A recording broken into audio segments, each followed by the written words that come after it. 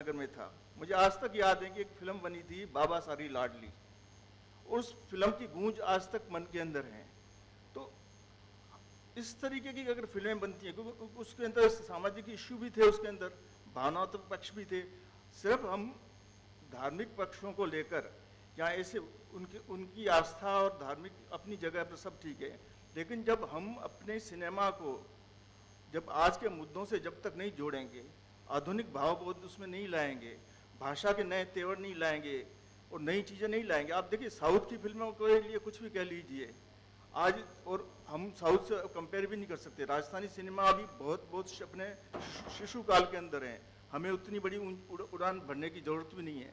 लेकिन जो हमारा प्रारंभ होना चाहिए इतना मजबूत और सशक्त हो, और अपनी भाषा के प्रति मुझे लगता है सबको प्रेम होता है।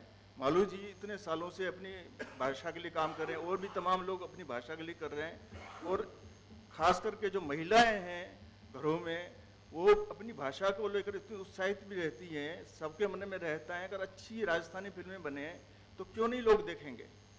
लेकिन इसमें व्यवहारिक दिक्कतें बहुत ज़्यादा हैं। सिनेमा बनाना कोई हंसी खेल का काम है नहीं, बहुत दिक्कतें जिस तरीके की आती हैं।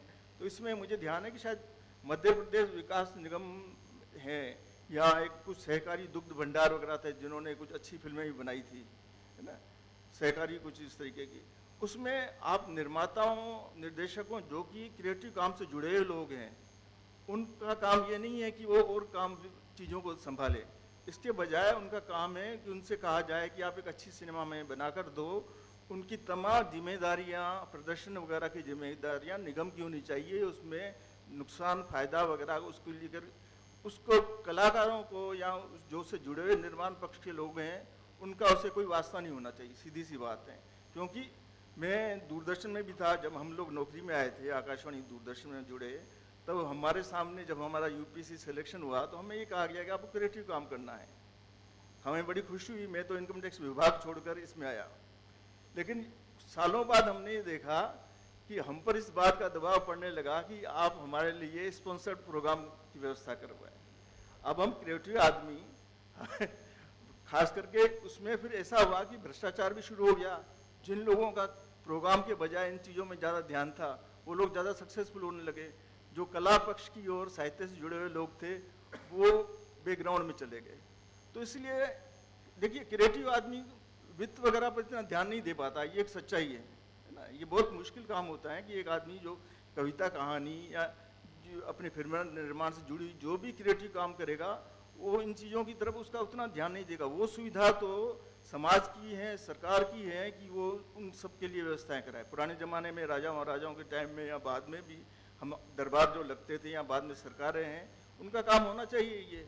तो जब तक हम ये चीज़ें उन पर नहीं डालेंगे, कलाकार को इन सब चीज़ों से स्वतंत्र रखना चाहिए, मेरा तो ये मानना है और दृढ़ता से मानना है। जब तक ये चीज़ें लागू नहीं हुई, और खासकर राजस्थान जैसा क्षेत्र जो कई मामलों में शिक्षा क्षेत्र में और कई क्षेत्रों में पीछे हैं, तो उसके लिए तो बहुत ज़रूरी है कि सरकार को इसको एक जिसे कहा जाता है कि जब ये जो मुहावरा इन दिनों चल रहा है रेवड़ियाँ बांटना, तो उस तरीके से बेशक उसे रेवड़ियाँ कह लीजिए, लेकिन हमें प्रोत्साहन देने के लिए सरकार को आगे बढ़कर इसमें पूरा साथ देना चाहिए। और जब तक कोई अच्छा निगम स्थापित नहीं होगा, ये नीतियाँ कितनी भी अच्छी बन जाए बुरी बन जाए उससे कोई ज़्यादा फर्क नहीं पड़ेगा।